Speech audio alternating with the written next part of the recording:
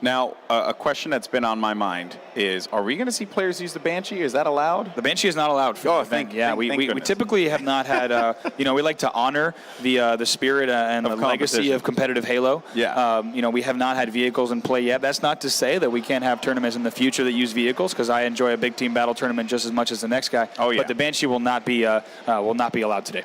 Okay, well, that's good to note there, of course, is players going to be making their way over to Banshee platform and looking to, at the very least, take advantage of that, or even spawn there, too, because that's going to be another problem as well, right?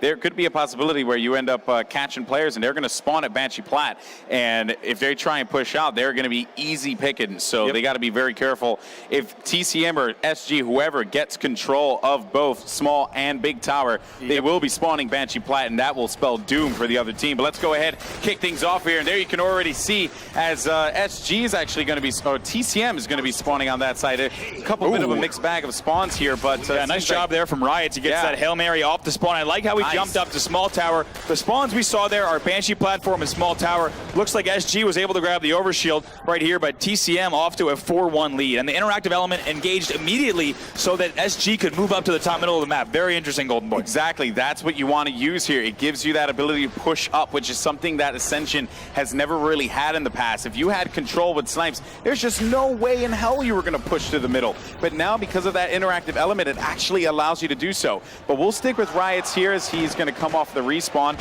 spawning over here right by the sniper platform. And I don't know who has snipe, but actually, let's jump over to 2Foxy because he actually has the rockets for his team. Yeah, we'll see if he's able to do any damage here at the Leap of Faith. They do have a 7-2 lead, so he's got a little bit of liberty and freedom to move around and start to peek around this area, see if he can find anyone who's hiding around the Banshee platform. But on his screen, finds two players, might shoot this rocket, debating it. There's two players heading up. He might time this rocket. Looks like he's going to be very cautious. I like this decision. They want to head to the finals. They want to take home that $5,000 first place prize, but instead fires that rocket, does not get any contact. He's in a good spot, though, right now. He's kind of watching the middle of the map. He can port if he needs to help at small tower. I like this decision where he's sitting. You can bet it. You saw that TCM was discussing the match and looking over each other and strategizing. They've probably got, they played a little bit of this game last night and the days prior, so they probably have a few strategies for this brand new map in competitive play. Yeah, this is actually the worst possible situation for SG to be in here, and I want to point this out. On one end, you have Ramirez. He has a sniper rifle. Then you have Chalky. Oh, yeah, he has a sniper rifle. And then, wait a minute. Oh, 2Foxy has the rocket. So and he's actually in the dish, and it looks like that was, I'm not sure if that was an offensive or a defensive dish move right there, as you can engage it from either base right here. And another rocket kill there from 2Foxy as they go up 13-2. This could be the end for Symphony of God. Yeah, this is definitely not a good look here for them, especially considering the fact you have two snipes. They have to think about how they're going to engage this. They have to take out 2Foxy here and retain control of the middle. This is going to be such an important part here. Yeah, let's switch over to Ramirez here, who's on that bottom left, who just now got that assist. Now he's up 14-3. He still has a sniper rifle in hand. Oh, my goodness. Catches Sunrise off guard coming down that big tower ramp. He's got the shotgun as well. He's well protected. Finds a player there, goes to the no-scope, but looks like Riot is going to help him out and pick up that kill. Now 16-3, Golden Boy. This is a dangerous spot for SG to be in right now, Bravo, because of the way that they allow them to get control of every single power weapon. Easy pickings. Oh, he's going to miss the shot, though, and he's only going to have one bullet left in that sniper rifle alongside with the shotgun. Oh, he's sitting right against that portal. Now they have a 16-kill lead, 20-4. This is going to be tough for SG to come back into this match.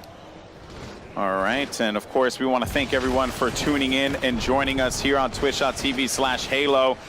Big thank you, of course, to ESL, once again, the production crew, and everyone who has put this organized this event together, as well as the players. Oh, I thought we were going to see something there. I thought Ramirez was going to do that. Let's switch over to one of the SG guys and see what they're up to. I'd like to see what Strife is up to. He's over at Big Tower. He's going to try to push out now 26-8. Golden Boy, I don't want to say it's impossible for them to come back, but it's going to be really difficult here. This is quite a deficit that they have, that they're facing right now. Just over 8 minutes left in the match as the clock ticks down. You can bet that they need to, they're pretty scared here. They want to get their bearings back. Yeah, of course, and seeing what's going on here with Strife is he is just going to try and put a couple shots down, but My goodness, this has been such a difficult position for SG to be in right now. And I tell you what, Golden Boy, it's very interesting as we stay on the board with Strife here for just a moment, but I'd love to see what 2Foxy's up to. He's got the Rockets in the shotgun once again. They're up with a 17-kill lead. You know, Golden Boy, it's interesting. Everyone thought that big tower spawn was going to, the Banshee spawn was going to be advantageous. You have a very clear line of sight to the overshield. You can get that almost immediately. You can trigger the interactive element. You can get top mid control and fight for Rockets. So it's interesting to see that TCM, with the small tower spawn, was able to come with such a commanding lead. Yeah. I mean, and because the thing about the small tower, though, is immediately you get that sniper rifle. Now, they activated the shield, but the problem was that TCM were able to get to those rockets a lot quicker than from Banshee spawn than as Symphony God was able to. And we got to say, I mean, a huge Hail Mary kill right off the bat from Riots as he naded that Banshee And that was another thing, too, because, and bear this in mind, right? He nades that Banshee platform. Those are two guys that get taken out. That probably was a big swing as well, because those two bodies that they're going to lose as they're making that push to the Rockets, because they know how important this is. Look how much Foxy has been in control of the Rockets here, Bravo. It's incredible. Yeah, 38-13, just like looking down to kill these spawners who might be down here. Finds the overshield player, and it looks like he nearly took him out. That's going to be Strife. We'll switch over to him. His shield is flashing. He's still alive, but Golden Boy, I just said it was 27-10, I believe, and now it's already 40-16. Yeah, this is definitely getting out of hand here for Symphony of God. They just, again, it's maybe a combination of just being unfamiliar with the map, and also because of just how close that last game was there on Sanctuary. They were expecting something a lot different, but TCM came out of the gate here so strong, and they did not expect that by any means. That's right. We'll go ahead and switch back over to Ramirez of TCM. He's trying to stay alive in this shotgun, and looks like he pulls a little dipsy doodle and asks for some help from Chalky as he's going to sneak away to 2Foxy, and they do get that kill. So excellent bait and switch and team play here already from TCM. Now the score with just over 5:30 left is 43-18. Yep, and again, you'll be a fool to think that they will not be able to close this one out. I mean, they have 6 kills remaining on the other side. Symphony of God, they pretty much have. They know that this is curtains for them. I mean, unless they come up with something absolutely monumental, like maybe picking up both snipers and the Rockets. I mean, I don't know. Yeah, we'd have to come up with quite a scenario in which they're able to win this match, Golden Boy. But right there, a little trade there. And of course, Ramirez is going to trade there any time, any day of the week. Now he's only 5 kills away from winning this match. So we'll see just how long it takes for them to close this match out. But, you know, oh my goodness, and Ramirez pulls off a snapshot, goes for the second one, and he had it lined up. He did. He had that one. It was going to look pretty. You know, it was going to be a highlight reel, but not to be the case there. There's going to be 4 kills remaining. 5 minutes left in the game, but I think TCM is going to be able to close this one out within the next couple of minutes if it keeps going like this. You have Ramirez pushing out to the middle, finding one player inside of the shotgun tunnel. That's going to be a player with Rockets. That's huge for them, but they give it up. And Ramirez gets the Rockets, finding one in front as well near that BR plat. He's going to take him out. That's going to be it. Next kill is going to win. And is this it? This is going to be it in just a second. He does get taken out, but that player has to jump out. And that's going to be it right there as TCM. Congrats to them as they are going to advance into our semifinal rounds. They're going to take on the winner of DZS and Vibe. That match is going to come up in just a second. But, of course, Symphony of God is taking home a cash prize, so we'd like to congratulate them for qualifying here at the Gamescom Showdown.